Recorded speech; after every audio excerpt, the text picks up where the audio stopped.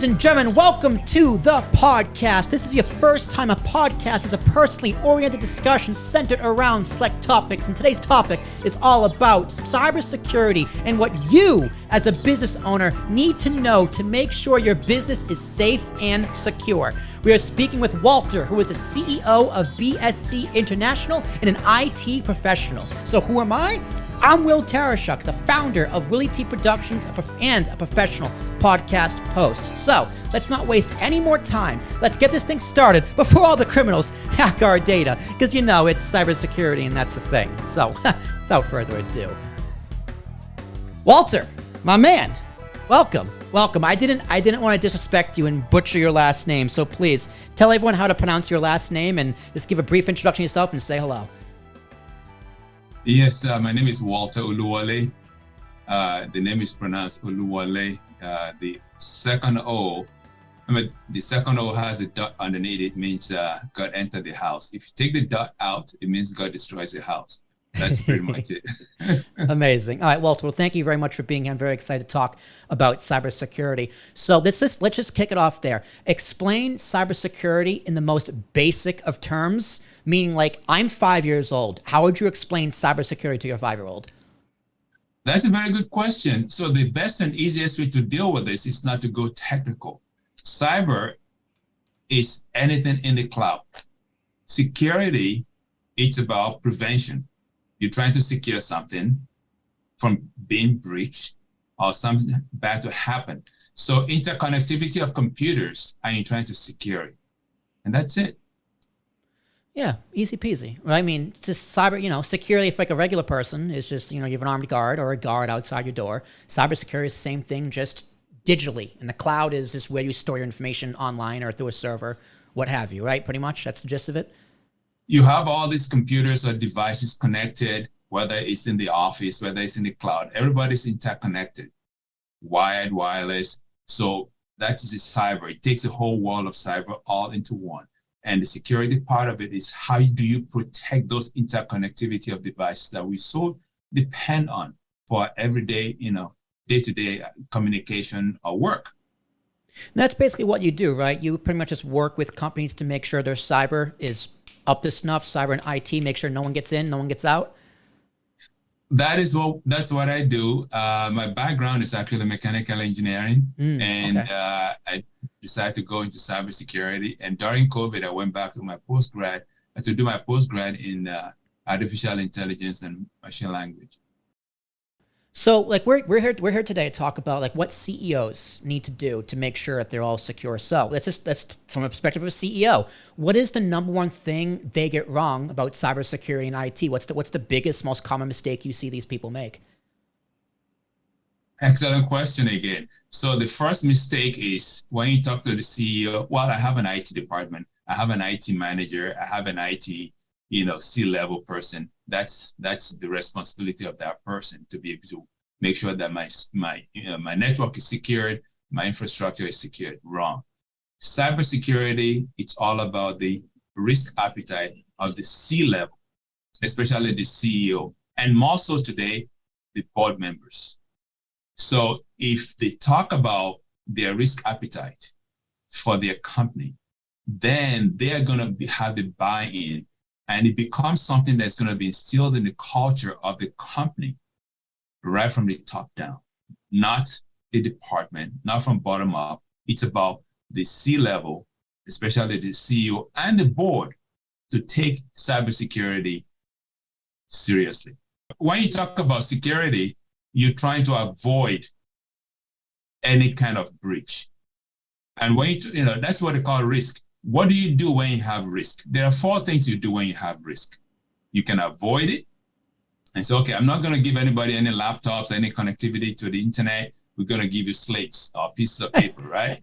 Good luck. Okay, good luck running your business on that. Let's talk to me in 6 months to see how you're doing. So that's the first thing. You can avoid it, or you can just outright ignore it and say, You know what?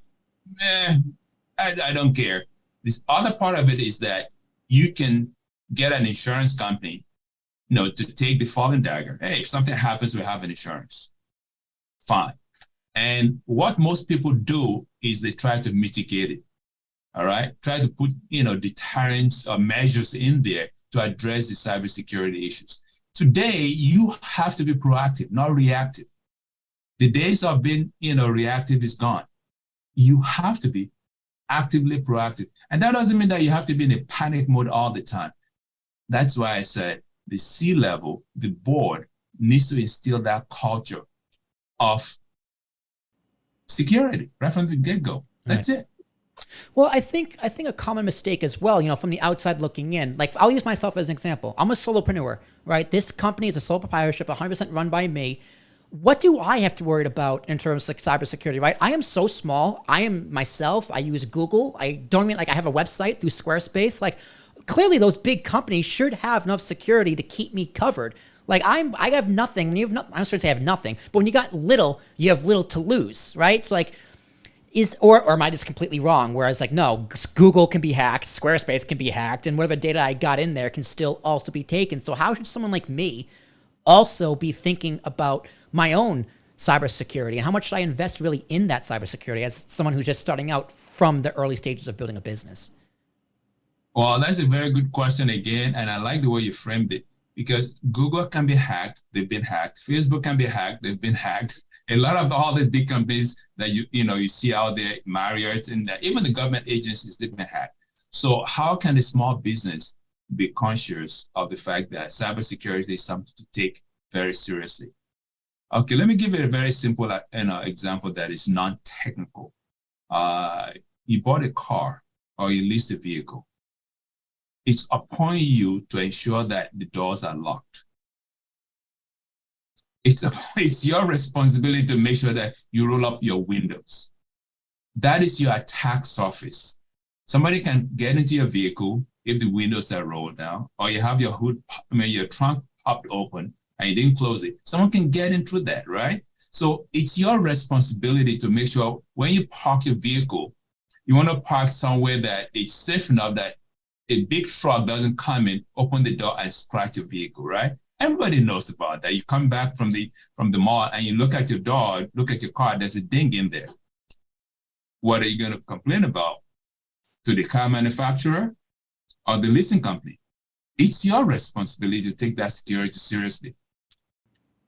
Of course, but a small business owner, they have they already wear so many hats, right? For someone who's like a mechanic, right? They got to make sure their clients are good. They got to make sure they have enough employees. They got to make sure the budgets are balanced. They got to make sure they lock their garage doors, right? There's so many other things like physical security. Even if they're doing it with a Corvette, you got to make sure that Corvette is locked up tight every single night, or else you're going to have a fat lawsuit. So it's even harder to gauge cybersecurity. And like you said, it's a kind of a confusing topic. So when I asked you to define it as a 5-year-old, you said, let's not get technical.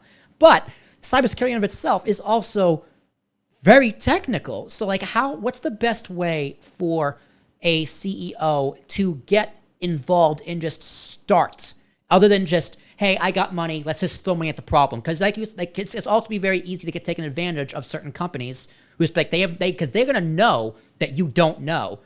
So what's the best way to educate yourself? The question you ask is it's a brilliant question. So thank you very much for asking that question. And I love that question. Why? Because there's so many opportunities out there for CEOs, the board of directors, and people that are in charge of security for a company to be able to take advantage of. For example, there's what they call NIST, CSF, National Institute of Standard and Technology.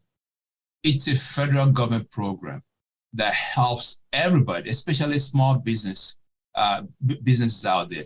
It's called NIST CSF. You can look it up. You can type nist.gov or NIST CSF, and you can look it up on Google. There's a NIST CSF. CSF means Cyber Security Framework. And for just about every single business out there now that's looking for a cybersecurity insurance, there's a question on the questionnaire for cybersecurity insurance that says, what kind of framework are you using to protect your infrastructure? And most businesses never heard of it. They've said, you see the option NIST, CSF, you see COVID. What does that mean? They don't know. That is why you need to engage someone like an MSP that understands cybersecurity to help you choose the best option for your business. Whether you're a one-man shop or 1,000, staff shop. You just have to have the right people that has a track record and can tell you exactly the why, the what, and how. And that will be the first thing. So NIST CSF has a framework that has, it used to be about 5 tenets of the framework. It used to be identify. You need to identify what you have. You can't protect anything unless you know what it is, right? Identify what you have. Then you have to protect. How do you protect it? Things like passwords and multi-factor authentication, biometric, those are there. Then you have detect. Yesterday it used to be you have an antivirus. Today, you don't have to be paranoid, but you have to put a tool in there that can do threat hunting. I know that sounds different. It's not a war zone, but you have to assume someone is in your network. That is part of the proactiveness that you have to, you have to curtail. You have to be able to get into that mindset. Look, who's in my network? There are different tools out there on the market that can all continuously 24/7 monitor the traffic on your network, in your computers, in your devices, to see if there's something in there that has been compromised, that got in there somehow. Because you have to remember, and this is for the C-level people, the bad actors, it's a full-time job for them, just like you. They have mandates, they have quotas, they have targets, they get promoted, they get attaboy, because they did a good job. It's a full-time job for them. When you start thinking about them as your competitor, now you stop thinking about them, they're bad actors, I'm going to wait for the FBI. The police can't do anything because it's a federal offense. So yeah, and they know how to hide too, right? It's more than just using a VPN, right? It's more than just using a VPN and a different server and pinging all over the world. Like they know what they're doing. So I like that idea though. Think of them as competition. You got to get ahead of the competition, whose job is to steal all of your data. So when they do a breach, because it's not a matter of if, it's a matter of when, always. What are they looking for? What are they trying to steal? Okay, before I answer that question, I just want to reiterate. I just want to go ahead. Reemphasize, it's a business for them. Mm-hmm. All right, they go to work 9 to 5, just like you and I go to work. It's a business. So if we take them seriously, like that's my competitor out there, you're not going to look down and say, look, I'm not trying to glamorize stealing. It is stealing. It is theft. Still a crime. Whether it's state-sponsored, whether it's by some kid that's 16 years old in his mother's and parents' basement, whether it's an activist or hacktivist, it doesn't matter. It is theft. But the point is, for you to get that sense of competitiveness, what do you do if you have a competitor? You want to have one up against them. You want to be ahead of them, right? So if you think that way, then your cybersecurity is going to be ahead of the bad actors. Today, your antivirus is as useless as it comes. Let me say that again. Wait, are you telling me I should get rid of Norton antivirus for my computer, or Malwarebytes, or even, God forbid, Windows Defense Server, even on my personal computer? Okay, I have a client, and actually, this client happens to be, a friend of mine. We became friends over the years. Mm-hmm. And when we did an audit on this network, he had 2 antivirus programs. That was before he became a client. And he goes, I don't need anything else. I said, you need something to do threat hunting, to actively look to see if something is in your computer. Lo and behold, that was the day he called on the weekend, because it's a friend of mine too. He goes, Walter, my mouse is moving and I'm not doing anything. Uh-oh. And I told him, I said, dude, that's your problem. You're hacked, bro. What to do. He didn't listen. Guess what? You don't own your computer anymore. That's someone else's computer now. Might as well burn it and throw it out. I told him, it's a weekend. I'm not worried about it, because you don't want to pay and you don't want to deal with the service that we told you need to do, because you know better than us, right? People think cybersecurity is because, I can turn my computer on, I have an antivirus, and everything is hunky-dory. No, today's technology is that you need to use to fight the bad actors is different. You cannot use yesterday's skill set or tool set to fight, the bad actors. I mean, I went during COVID to go back for postgrad to do artificial intelligence, machine language. Why? Because I knew it's coming. Now, the bad actors are using AI to breach networks. And you want to still go back and use the old tool set of antivirus to breach networks. So now you have to use AI tools that are going to be able to protect you from BEC, that means business email compromise. In other words, to be able to look at your email before it gets into your email box and determine if there's a potential breach coming because of impersonation attack, right? Somebody send an email like someone that you already know, or send you some kind of unsolicited email. The AI will be able to help you address those issues. Now, the good thing about it that people don't understand is that actually it's not a good thing, it's a bad thing. The antivirus cannot detect some of the tools that the bad actors are using. They're using exactly the same tool that Microsoft built into these software programs to use, like PowerShell. They will run the PowerShell to run a remote program in your computer. And what do you think the antivirus is going to do? Oh, that's my homeboy. Don't worry about it. You go ahead and do whatever you want to do. That's it.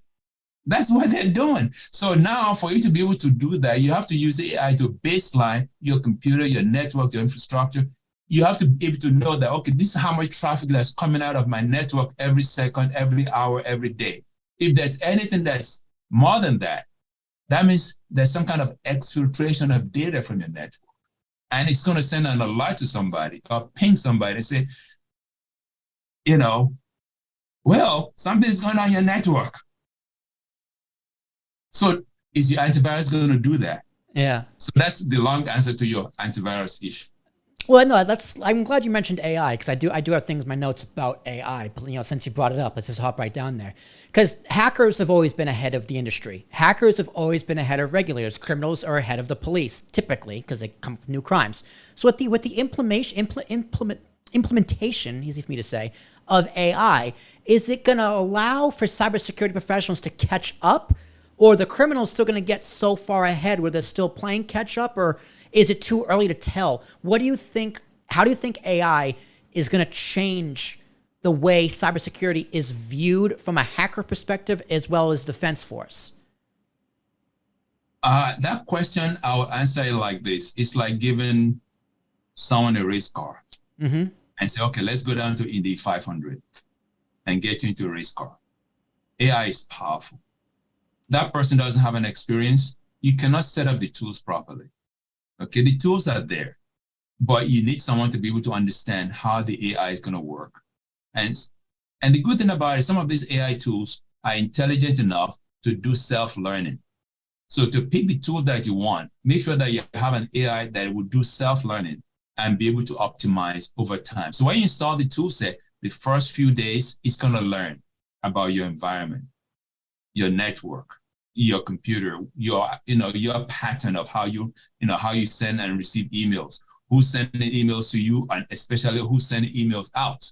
And it's going to get it, a log of all the emails that you have coming in, going out, and compare with anything that's coming in. So if there's any new email coming into you, you get a flag and say, hey, this is a new email. You've never sent an email to this person before, and blah, blah, blah. And this one, the content of the email looks like, something we have seen before, because it has, it's been sending a lot of emails, so unsolicited email to a lot of people all over the place. So there are so many different tools out there pertaining to AI. You just have to find the one that works for your company. Hopefully you can get an MSP that knows exactly what they're doing, that have a lot of, well-tested setups and installations all over the place. So yeah, I feel like I'll tell you a quick story. Please. So we still have the client, and we have an AI monitoring all the traffic of emails going in and out. And the email came in, and AI tool flagged and said, this email is an impersonation email. It is not the real person. Okay? And the user, always the weakest link, clicked whitelisted. And it was a wire transfer, $10 million. And it was real?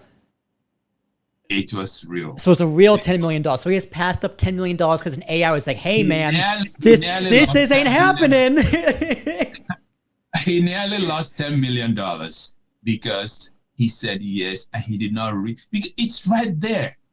It's in red. It's really hard to tell. So I also work in corporate America, right? So we're going to do a little pivot here. I also work in corporate America, and they have CIT, which is corporate IT services. And what they do, these tricky bastards, is that they send us phishing emails on purpose. So if you fall for the scam, they go, hey, nay, this was a scam. Here's why you fell for it. And I'm usually pretty good because it's Outlook, Microsoft Outlook. So it's like a phishing thing. And sometimes I'm pretty good at it, noticing. I look for the certain things, but they're getting really good. Today, I swear to God, I almost reported an actual email from like our corporate CIT thinking it was fake. And like, so it's really hard to tell what is real and what isn't anymore, especially with email marketing. You have to remember, I said earlier on that this is a business for these bad actors. Exactly. And I mentioned about NIST CSF, identify, protect. Part of the protection is an awareness training, and exactly what you guys are going through in your company. There has to be some kind of simulated attack for users to get used to. We're talking about once a month, once a quarter.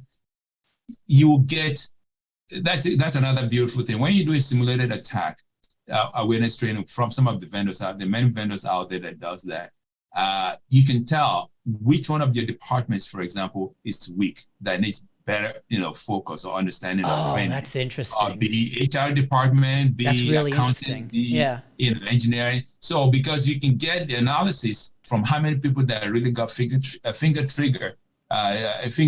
happy or trigger, whatever it is. And click on the email, that says FedEx. They don't have any business to do with FedEx or, what they call it, U-Haul, or, UPS, and need to download that payload quietly and sit there and wait, for someone to activate it and become something like a,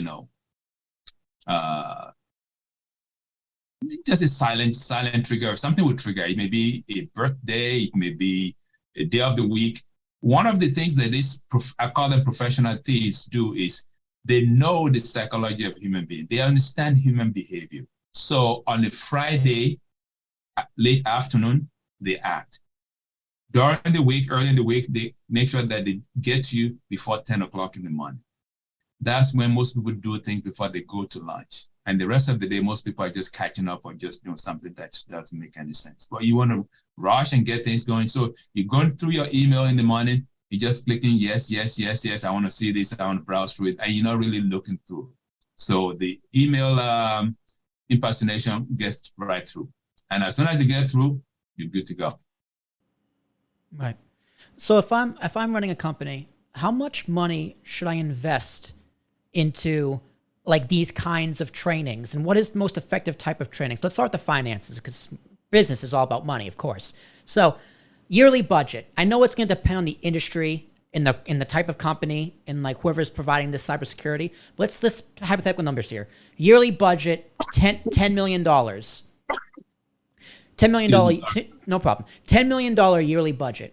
How much of that money should be invested into cybersecurity? And let's say they are a fintech company, medium-sized.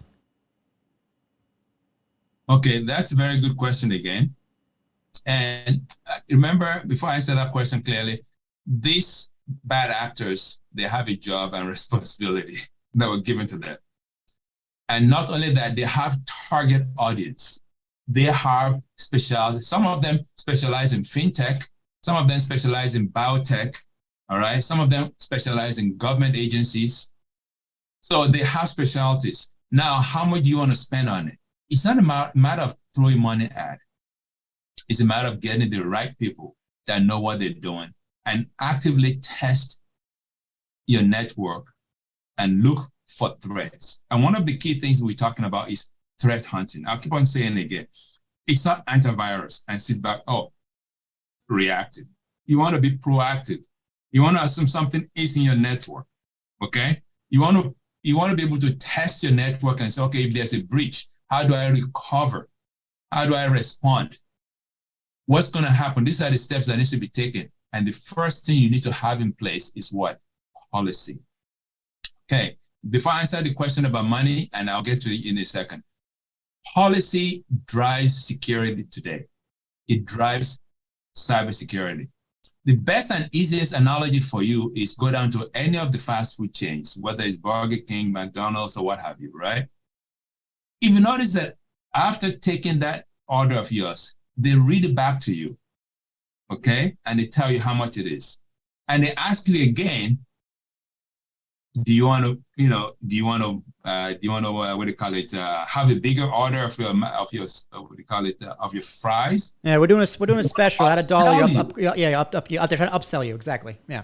They want to upsell you. There's a reason for that, okay? If they upsell works. about 1 million people it works. a day, yeah. If they upsell about 1 million people a day, that's about $1 million right there. Yeah. Okay. Now, there's a reason why when you go to those fast food shops and stores, and the reason I'm saying is that they have a process, procedure, and policies in place, and all the employees of the street needs to follow that process, procedure, and policy. When they're done, as soon as you get the total for your order, they tell you to drive to the next window. They didn't say drive up, go down to the next window, specifically next window. Right. All right? Or the second window. Yeah, second window. Yeah, specific instructions. So, now you begin to understand why, before you actually talk about money, you need to find out what do I have?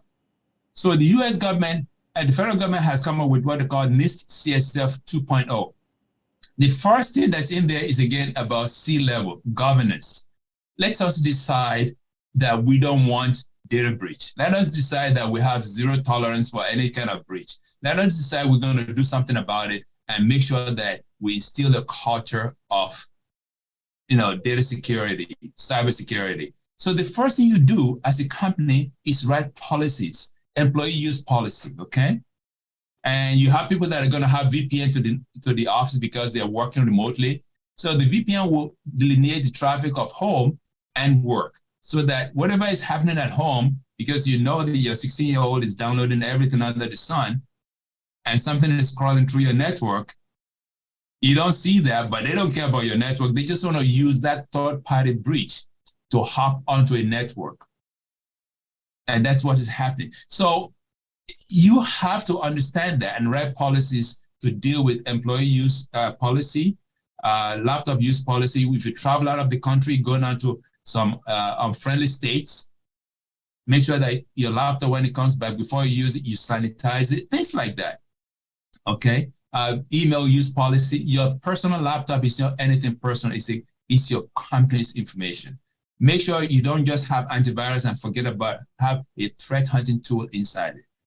Make sure that users don't have the ability to install software, so that when they click on something they're not supposed to click on, that software doesn't get installed unless they have administrative rights to install it. These little things that's adding up real fast. And you can see that I haven't even mentioned money at all right? It's a policy to put in place to safeguard users, because users are the weakest link.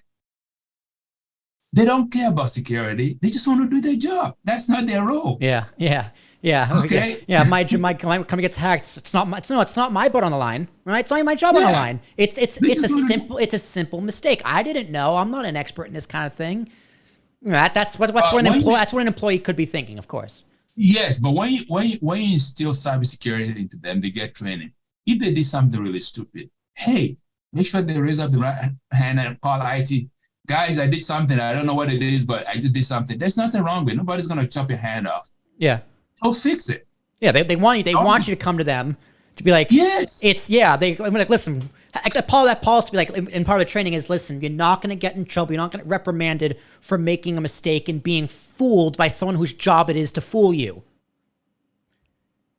Yeah, right? It's a full-time job. It's a profession. That's your job, to understand human behavior so they can rob you. Exactly. That's your job. Yeah. All right. So when it back to so to answer that question, don't spend $100 to secure a a $1,000 infrastructure. Mm-hmm. Don't spend $1 million to secure a 100,000 network. Okay, so some companies spend as high as 8%. 8. 0.8? 8%, yeah. Okay. 8% of their, what they call it, annual revenue.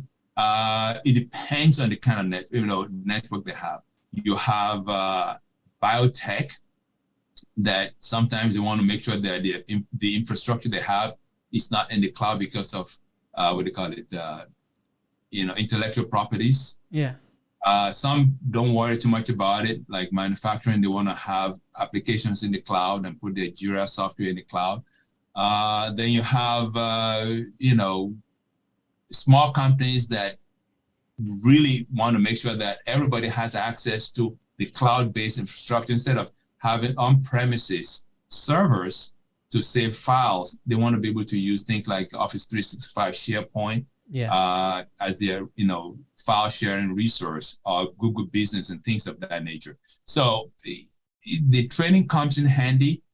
The recovery and backup becomes more important because that's part of your business continuity. So you need to have a policy in place for your business continuity. What happens if we have a data breach? How do we recover? And you need to test that at least once or twice a year. So we have a breach. How do we recover? So you may have a backup. Would you have cold or warm side backup? That's fancy terminology for a backup that is cold, meaning that you have to go back and turn all the servers back on to connect to the network. Warm, meaning that it's always running all the time.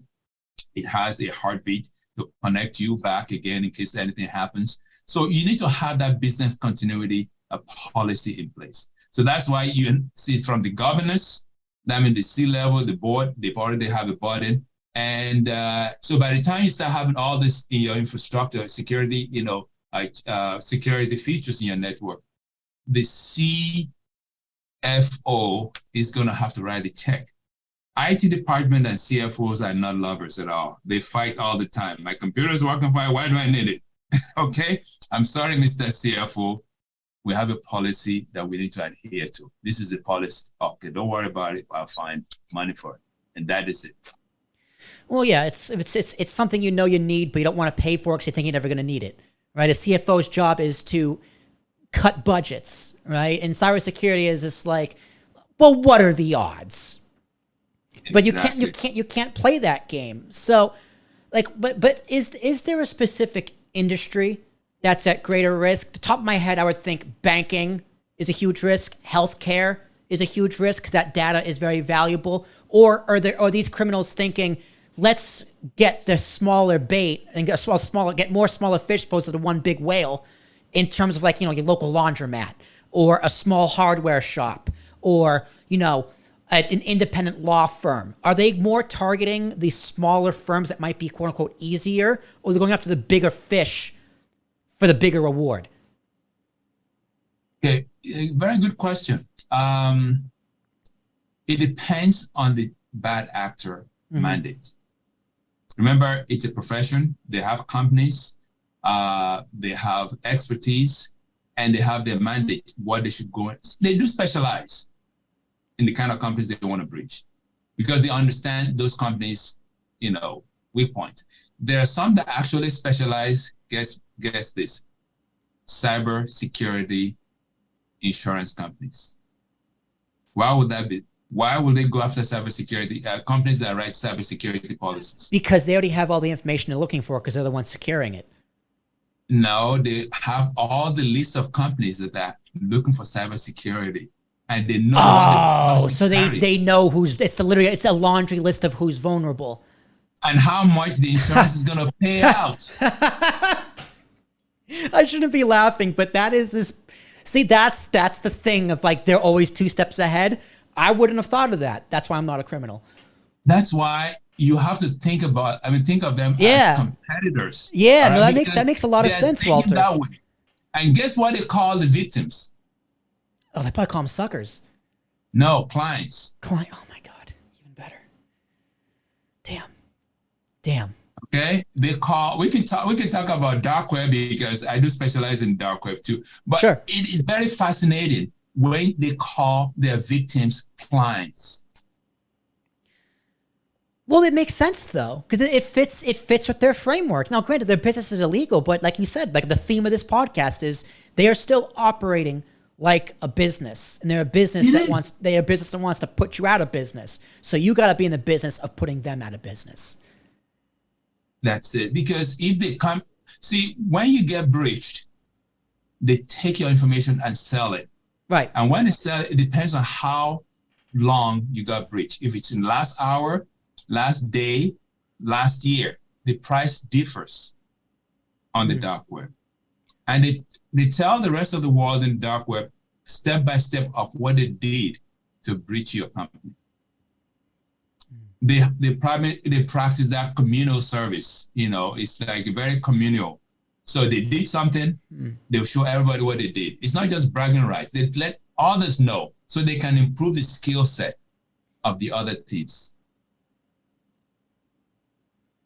Are there different best practices between national wrongdoers, so like a hacker in the States, as opposed to international wrongdoers, meaning hackers from somewhere in Eastern Europe or Asia? Like, are there different protocols you should take, or is it mainly the same? Like, do different hackers in different countries have different methods? Well, the question is, allies are all lies, okay? So for people to get trained, you'll hear something like the red team and blue team. Red team are the bad guys, blue team are the good guys. So it's like getting yourself a locksmith or somebody to come in and break your lock. It depends on what side of the fence that person is, a freedom fighter or a terrorist. So they learn, in most cases, from a structured, state-sponsored programs. It's like going down to a school. They learn from that, or sometimes they gravitate into that. And in most cases, they were trained from earlier on how to hack. And when they get to a certain point, they go out and start their own business. They graduate. So, and they keep that alliance between the state and their private business. Now, you have other groups that are called, hacktivists, instead of activists with an H, hacktivist. So those are pretty much like roaches all over the place. And they get together inside, their own private chat groups. And it's a bragging right. And at the same time, it's a moral compass. You cannot legislate morality, okay? They have whatever reason, they have an idea about what the world is supposed to be, and they have that moral compass. You cannot legislate it. It's like a moving target. Whether it's right or wrong, they believe in it without a shadow of doubt. So who's better? It's a toss-up. The state hires private goes into the state, and vice versa. And you have to remember, what do people really go out and breach for? Con. Con. Coin? There are people in jail, federal jail, arrested by the FBI that stole con. Corn, that like stole research. Like CORN, corn? Yeah. Because they don't want to do the research. CORN. Okay. Google it, FBI con theft. You'll see. They took the corn and hid it inside vehicles and shipped it overseas. They took the corn, hid it inside suitcases. So they had multiple vectors, and make sure that if one of them is, if they caught one of the shipments, at least another one would slip through the cracks. So think about biotech. Okay. I remember during the Obama time, there was another company that was doing that had electronic switches. They started getting reports that, the RMA, merchandise authorization, that some of the switches were defective. And they started looking at the switches when it came back. They couldn't find the serial number in their inventory because another country was cloning their switches and selling it in the US.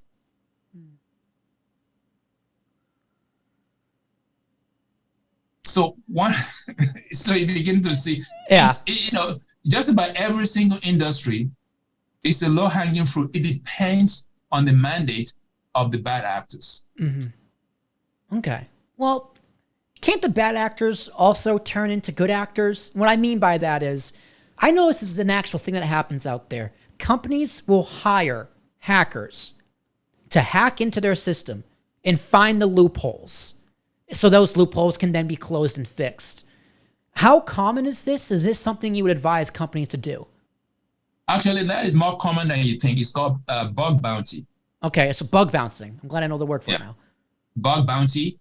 So it's a profession. Yeah, okay. Yeah. You're a legal hacker with with the goal of hacking into a system on purpose that is hired by that company to find the loopholes, right? It's a way to get a step ahead. Like if I went to jail for hacking, the first thing I would do when I got out of jail is like, hey, I'm flipping a coin here, and going to work for from a bad guys, now the good guys, right? Here's learn what to do from the criminal who did it.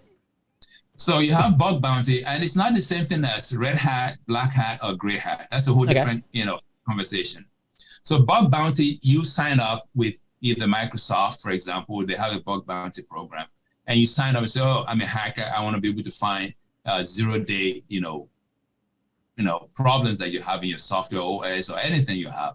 And you sign up, you get validated, you're good.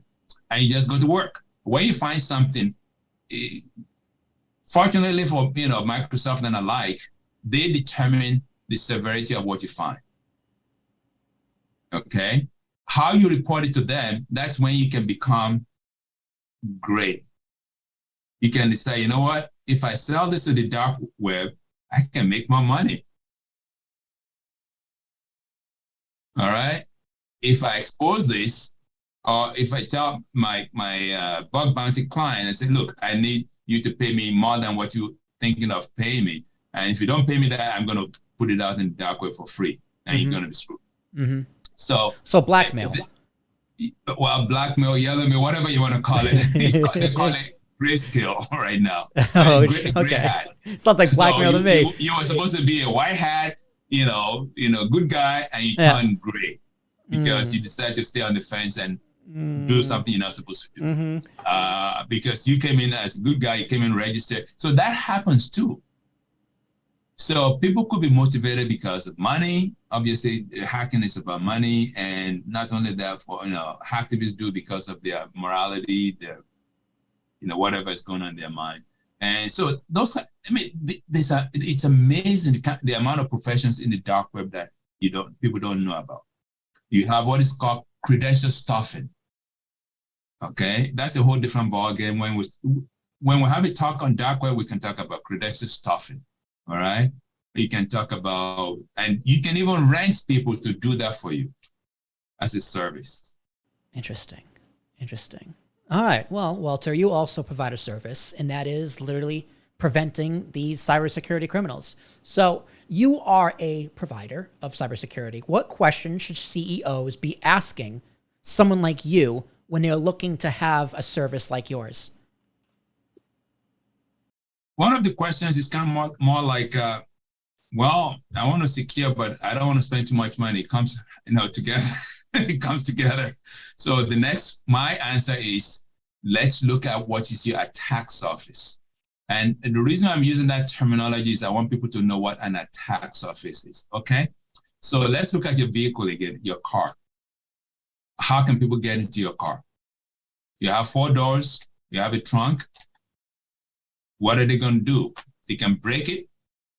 They can use a screwdriver. They can use a, carjacking tool. They can use all those things to do that. All right.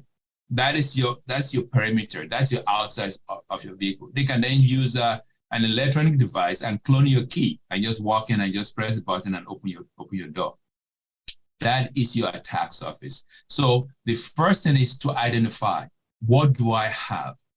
I have a physical infrastructure that have servers in the office connected to a cloud provider. I have servers in the cloud too. Now you're beginning to see attack surface. I have Wi-Fi and people connect to my Wi-Fi. Do I do payment transaction in here? Do I collect credit cards from my clients? So you have to make sure you're PCI compliant. Your Wi-Fi has to be PCI compliant so that you don't transfer something over open Wi-Fi that is not PCI compliant. Do I have road warriors, people that work from home? How do I make sure that their home network doesn't get connected into my network without, you want to protect, so usually you use something like a VPN to delineate the traffic of home users and your network. We even sometimes go to the point that as soon as you connect to the office, right, you cannot use your browser to do anything at home. You have to break the VPN before you can actually do anything else. Some users don't like it, but it protects the network. It's a nuisance. I have that. I have my work laptop that won't work completely unless I'm connected to the VPN. Yeah, it's a pain, but I understand it's for security reasons, right? I mean, I get it. I mean, duh. They call it personal laptop, but it's nothing personal about it. Well, yeah. Well, I actually have a fun lightning round question for you in a little bit about the idea of Big Brother and the idea of corporate laptops. But let's stay on subject. So, again, what questions should CEO be asking you about cybersecurity access? I guess the idea of using laptops and VPNs for your companies must be one of them. So we talked about the attack surface. Look around and see what they have. First, identify everything then figure out, come up with an action plan how to protect it. Okay. So right there, as part of the protection, you'll begin to see things you need to write policies on. Okay. Retention period, for example, need to know, separation of duties, for example. Someone works in accounting department, the person that writes the check doesn't sign the check. You know that, right? So there'll be some departments that sometimes you can rotation of duties. So somebody will work for 6 months and someone will do the same job 6 months later. So if there's any inconsistency with the job, something is not right. The person that was doing the job before wasn't doing the right job, right thing. Platform security, what kind of platform you have? Cloud platform, physical, platform. People talk about pen testing. And this is where I let people know that pen testing doesn't really solve your problem, especially when you're doing it once every 6 months, every quarter. You need to get new tools, new firewalls that will be able to do something like that every second of the day. You need to know how much traffic that is going through your network to be able to baseline this is how much traffic, in case there's any, what they call outlier. One day, instead of having 10 gigabytes of traffic, during the day, all of a sudden you're getting about 15, 20, and something is going on. Somebody's moving a whole lot of data, and it's not your backup. So those are the things that you advise them. I said, at the end of the day, the first thing I would advise the CEO is get policies in place. Get all your team leaders, all your managers, and say, you need to write a policy that addresses everything about your company. You've already identified, protect it with policies. The IT department would then take the policies and look for tools to protect it based on the policies. When that is done, what we always do is we do QMI, quantify, measure, and improve. You find out is what has anything that we've done been implemented properly? Is it working? How many people in HR department are failing the cybersecurity simulated attack? Do they need additional training? Remember, you said you are doing some training. You get this denied, cyber attack training through emails, and so they're looking to see if you're going to open that email. Those are the things that you have to measure and improve. Okay, we have 10 people in this department or 2 people in that department. How can we help them to be less, to have less anxiety about reading their email between 10 and 12 o'clock instead of just clicking on anything that comes under the sun? So those are the things that we tell the CEO, look, it may cost you a lot of money. It may cost, and you have to value that money. So look, am I spending $10 to protect, $100,000, or spending $1,000 to protect, $50,000 worth of investment? That's pretty much it. So if you're looking for a provider, what are some green flags? Okay, yeah, that's a great thing to work for. What are some red flags? This company ain't for me. I think these people are trying to get more money than they're worth. So give me some, when you're looking for a provider, some good things to look for and things to avoid. A good provider knows exactly what your industry is. We'll sit down with you and get a better understanding of your pain points. The whole idea is for you to focus on your business and let them focus on the technology. A good provider will do quarterly business review with you. How are we doing? How are you doing? Okay. And not only that, educate the CEO. That's the job of the provider. I say, Mr. CEO, Mrs. CEO, Miss CEO, this is what's going on in the world. What we have is adequate, but you know what? We need to step up our game a little bit because the bad actors, they're trying to sharpen up the pencil real bad. Okay, so take me in the worst case scenario. A breach just happens. What are the first steps the CEO and the C-suite executives need to take? If they have a policy, they have written instructions on what to do exactly. Mm-hmm. If they don't, it's pretty much a toss-up.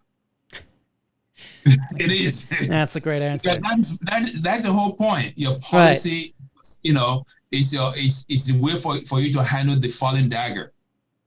Okay, that's pretty much what it is. Even Massachusetts has done something to help Massachusetts residents. For example, Massachusetts has what is called 201 CMR 17. Mm-hmm. That law was one of the first that was created actually, it is the first privacy law that was created in America. I think New York and California followed right away. So what that does is it states clearly if you have a Massachusetts resident social security number, first name, and last name, you have to protect that information. That means where you keep that information needs to be locked. Wait, pause. So, like, for example, I was born in Massachusetts. I have a Massachusetts social security number, which I didn't know social securities were made up by state. Now, yes. I live in New Jersey. That's protection. I'm still protected under this law, even though I'm not a Massachusetts resident. No, if a company hires a Massachusetts resident.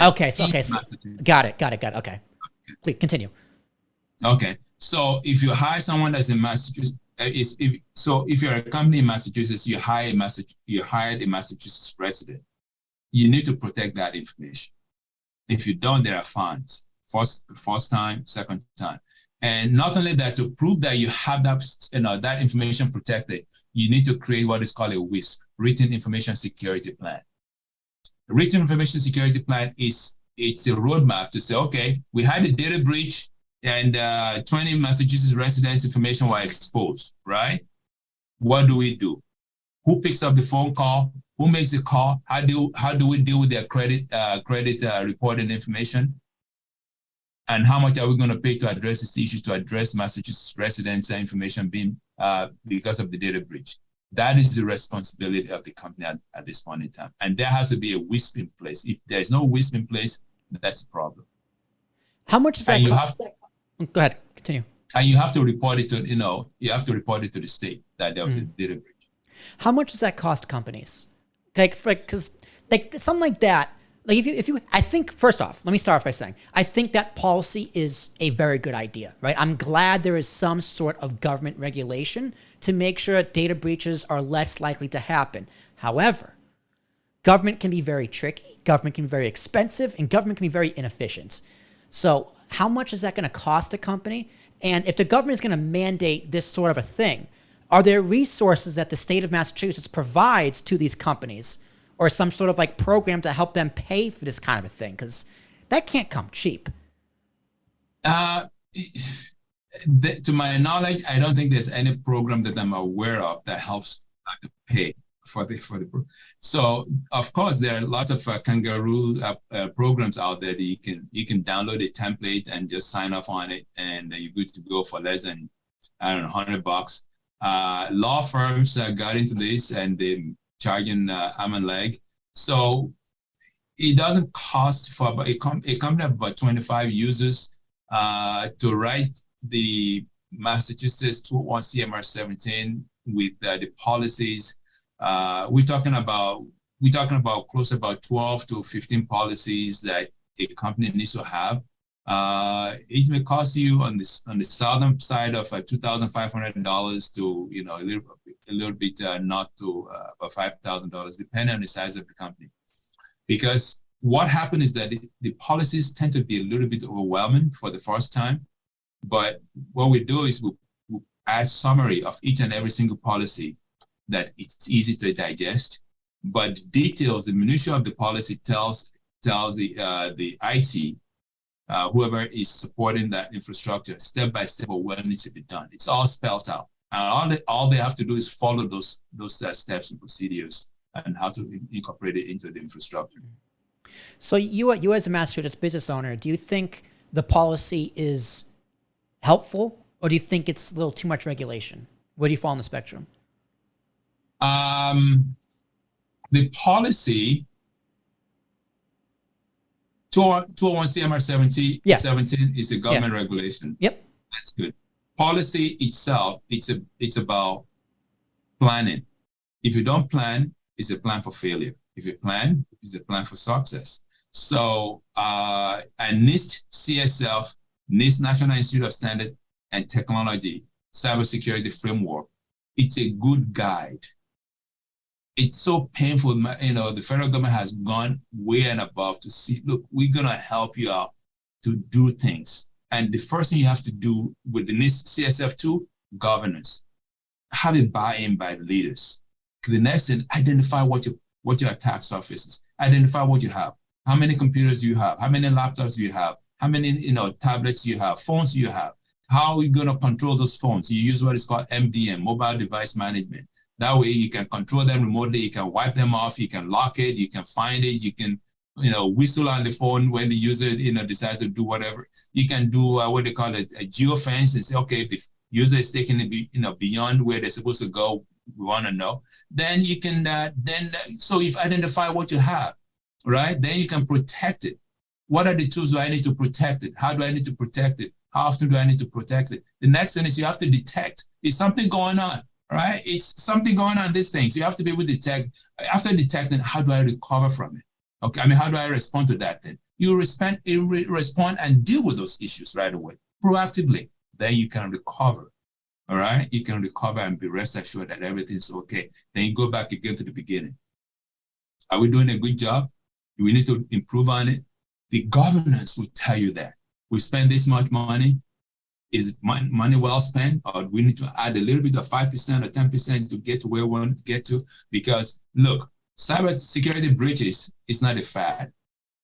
Right. Cybersecurity insurance has increased 100-fold, okay, in the last 2 years. So that tells you what? The bad actors are winning. It's not a matter of when.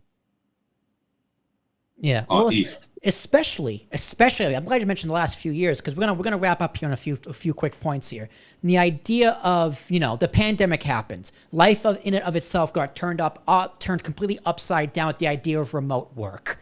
So let's talk about remote work and how much more difficult is it for these companies, big or small, to ensure that their information is safe when people are working from home. Sometimes on a home network, which is who knows how secure, or they had to secure a VPN and make sure that's more secure. And with the idea of people coming in hybrid now, I do 3 days at home, 2 days in the office. That's just like, for cybersecurity, that can be literally the worst of both worlds. Now you got to pay for both. How has remote work affected the cybersecurity space in a positive or negative light? It has, I wouldn't say positive or negative, but it has expanded the scope of flexibility and more options for people to work. So now people that never thought that they're going to have a VPN infrastructure into their environment, now they have a VPN infrastructure. And the workers, in some cases, are more productive because they can focus. They don't have to deal with the office politics and water cooler, talk conversation. Some people are introverts. They prefer to work in their little cubby hole, and they sit at home in their PJ all day long. That's me. They're happy. And if you're happy, you're going to be productive. And they can play the music as loud as they want. Right. That's great. That is great, but I'm talking more from a cybersecurity perspective, though, from the idea of a company securing the data. I totally agree with you. I love remote work, and it is more productive for a lot of people, myself included. But from a company running a company in a cybersecurity perspective, how has remote work affected that? It's been a it's been an ongoing challenge, and it will continue to be an ongoing challenge based on how your infrastructure is designed. Okay, Exactly. we begin to see more of our clients going full cloud. Okay, they're using things like Office 365. With the Office 365, it's a one-stop shop for most of them. You can have voice over IP phone system that makes it look and sound like you're in the office. You can have it on your desktop. On the desktop, you can have it on your laptop. You can have an app on your phone. So it doesn't matter where you are. I travel a lot. It doesn't matter where I am. My phone rings on on my cell phone too. So it makes you more agile, but it depends on your MSP or whoever design your infrastructure for you. So the strength of your cybersecurity, it's upon who is designing for you, how experienced are they, and how flexible do they want to make sure that you have the flexibility to do what you need to do. Users don't care about security. They just want to get their work done. Right. But and for cybersecurity, we need to have tools in place that are automated to do things for us instead of manually looking over our shoulder to see if things are working right. Those tools will send alerts to us proactively. This is what's going on. This is what's going on. This is what's going on. And you need to be able to respond adequately. So really, it's just got a shift of policy, right? Another theme of this is making sure you have the policies in place. So if you were an in-person office and now post-COVID, you are a more hybrid remote, how much did they have to change their policy in terms of fighting cybersecurity? Or is it kind of just, not that hard of a transition? It's the employee, computer use policy is the first thing to get started with. Yeah. That needs to be expanded. It's not about working remotely. Where are you working remotely? In country, out of country? Is the country going to be an ally or not an ally, friend or foe, that kind of stuff. So you need to incorporate that in there as part of your infrastructure. Sometimes you want to be able to monitor the activities of the employees, right? You have manic time, for example, you can put it in there and you can see what they're doing and how they're doing it. It's not because you want to be a big brother, you want to get it better. You have to have enough data of what your end users are doing and how they're doing it. If you don't do that, then you don't know who you're servicing. You need to know your client, okay? KYC, because your users are now your clients. If not, if they're not your client, they're going to be the client of the bad actors. The bad actors call them client. You're going to be the client of the bad actors. So make sure you know your users, understand what their pain points are. They're going to push back. I just want this. I just want this. But what is good for the company? And that's what you have. It's a continuous conversation, continuous evaluation of your cybersecurity posture all the time. You cannot sit back because the bad actors, they're striking every time and they're hoping one day you're going to look and open the door and let them in. So when you look at the definition of insanity, doing the same thing over and over and expect a different outcome. But that's what the bad actors do. They do the same thing over and over. And if you let go, something else is going to happen and they get that win. Yeah. Well, I mean, a lot of cybersecurity makes a lot of sense. Like, for an example, again, corporate America. I work in corporate America, so I got my own work laptop with the VPN. I got my own work cell phone with the VPN. There's a lot of things I can and can't do, can and can't access, which is totally fine. But, they sent us a message not too long ago saying, hey, just so you're aware and reminder, we monitor all of your text messages between anything for security reasons. And part of me is just like, yeah, that makes sense. The other part of me is just like, yeah, no, I get it. This is a thing you own. You can look through as you see fit to protect your assets. But the other part of me is just like, whoa, corporate Big Brother is watching me. Granted, I can always just leave the company and then I'm free. But security means no, Big Brother is watching. Does that concern you at all? That a workforce could be so normal and complacent to, yeah, they just watch me all day on their devices. Does that have any concerns that could spread outside the workplace? Or Like, what are your thoughts of cybersecurity on towing that line and doing that balance between authoritarianism in the corporate workplace or a private workplace and even just everyday freedoms we have as Americans? There was a day I was at one of our clients, and one of the users, just walked up to me quietly, in their cafeteria, goes, "Walter, I've tried to get into my personal Facebook, but I can't get into Facebook." Yeah. And I said, I understand that there's a policy here that doesn't allow you to go to social media, but it's my personal Facebook, damn it. And I said, yeah, that's the whole point. It's your personal Facebook. The office says nothing is personal here. It's work. Now, what is good for the company? That's the bottom line. Yeah. It may sound unfair, but what is good for, if you don't like it, you don't have to work in that company. They are trying to safeguard the assets, because at the end of the day, if something happened because of your wrongdoing, what are you going to do? Oops. Yeah. I'm sorry. Yeah.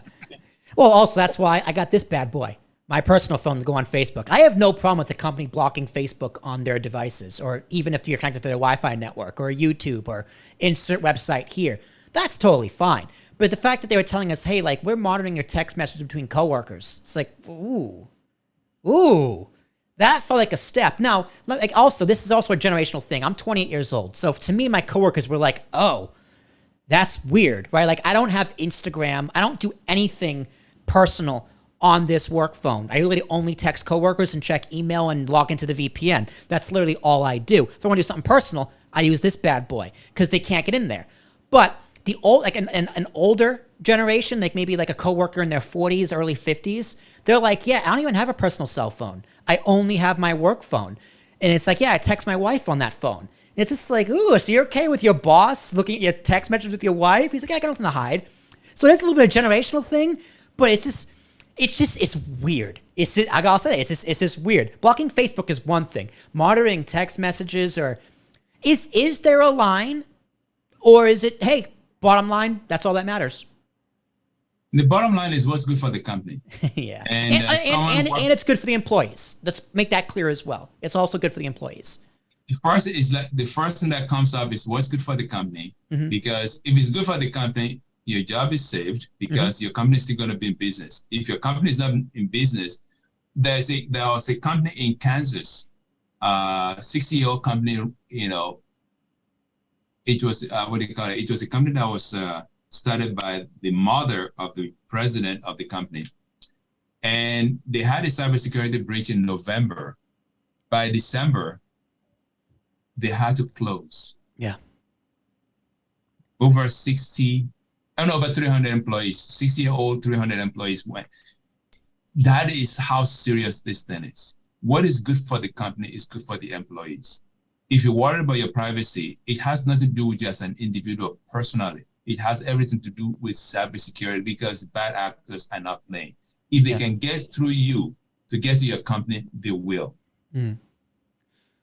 Does cybersecurity also work the other way? Like, right, so like no one wants to come in, right? That's hard to do. But also, like, if you're dealing with sensitive data, you want to make sure that it can't go out, right? Like, you make sure your employees can't leak sensitive information, specifically if it's around like pharmaceuticals. Just throwing that out there as a random example, right? Or banking information, right? Does cybersecurity also work both ways? So it's like your employees can't do like criminal act. I don't want to say criminal, but yes, leaks. Cybersecurity works that way. So that's why you need to know your employees. There's what they call DLP, D as in David, data loss prevention.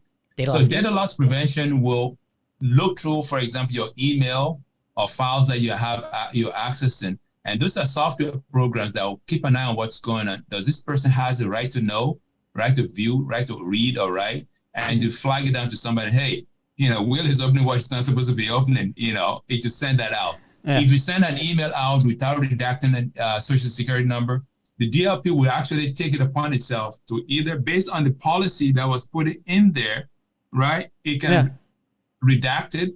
It can arrest the email and report it to your boss, or just delete it. Again, policy. Yeah. No. So that is what they call DLP, data loss prevention. Learn something new every day. I guess now I know not to email my social security number to anybody on my work email. Because if they have a data loss prevention policy in place, the tool will be in there. For example, Office 365, if they have it in there, it will flag it. If you go into Office 365 platform and set that flag, say, look out for anything that looks like social security number and flag it. I mean, I like learning about the security of like my 9 to 5 because I find it very interesting the lengths they take and how much they use to make sure that the information is secure. And it's a fascinating thing, and a lot of things, like I said, it's a little weird, like, ooh, that's bizarre, but I can just easily avoid it.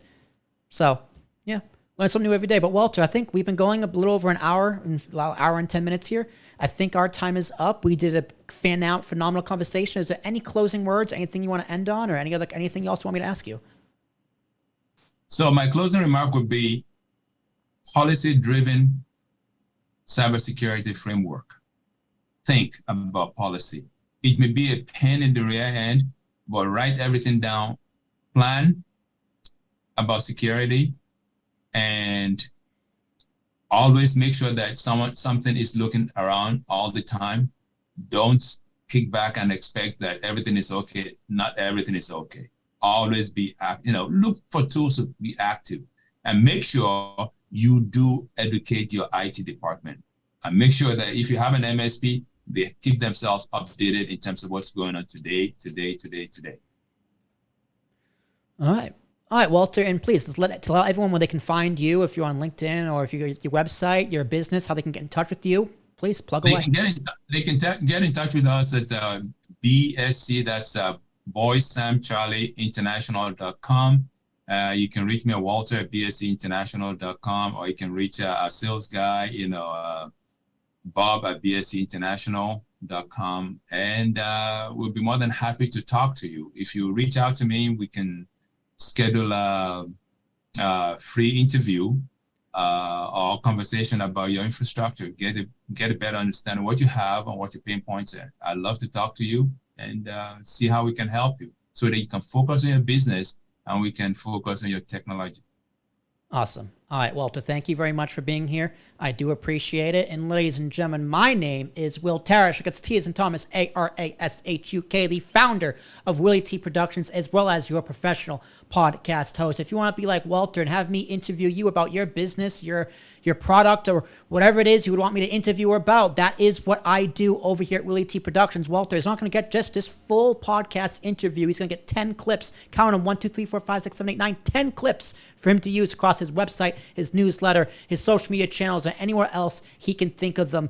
And email me, WillieTProductionsinfo@gmail.com. It's WILLYT Productions, PRODUCTIONS, info @gmail.com, or go to WillieTProductions.com to check out our website, our other clients, and email me there. Or find me on LinkedIn, Will Tarashuk, T as in Thomas, ARASHUK. Shoot me a DM, interact with me there. That is where you can find all my fun stuff. Next time, we'll see who I'm talking to. Might be another finance person, might be someone else. Who knows? We'll see. But until then, y'all take care.